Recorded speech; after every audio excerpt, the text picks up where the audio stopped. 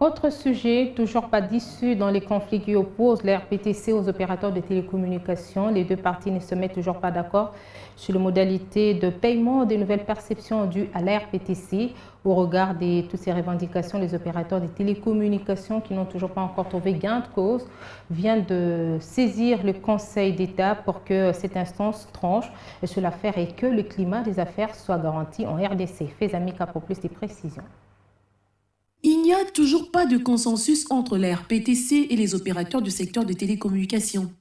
En toile de fond, les modalités de paiement des prestations de la RPTC et son implication sur les tarifs. L'augmentation des récentes taxes qui prévoit un prélèvement de 0,0075 $ sur chaque appel téléphonique, 0,003 $ sur chaque SMS et 0,00005 $ sur chaque mégabyte serait une violation des textes qui régissent le secteur et ne garantit pas surtout un climat des affaires apaisé. Ces opérateurs de télécommunications font depuis plusieurs mois objet des réclamations menaçantes. La plus récente est celle du 22 juin suite à une correspondance, leur assignant de payer des dizaines de millions de dollars américains.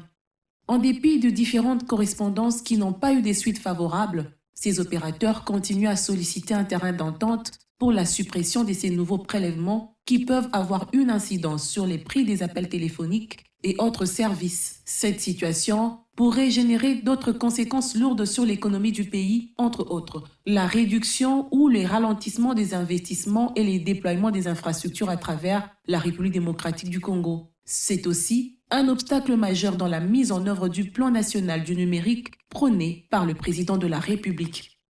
Cette pression fiscale va aussi avoir une conséquence directe sur les consommateurs qui vont bientôt voir leurs différentes offres sur les forfaits être supprimées. La Fédération des entreprises du Congo, préoccupée par cette tension qui persiste depuis plusieurs mois, a maintes fois alerté à travers différents communiqués et correspondances adressés même au Premier ministre. L'administrateur de cette institution attire l'attention du gouvernement congolais sur la nécessité de mettre en place urgemment un cadre de dialogue constructif entre toutes les parties.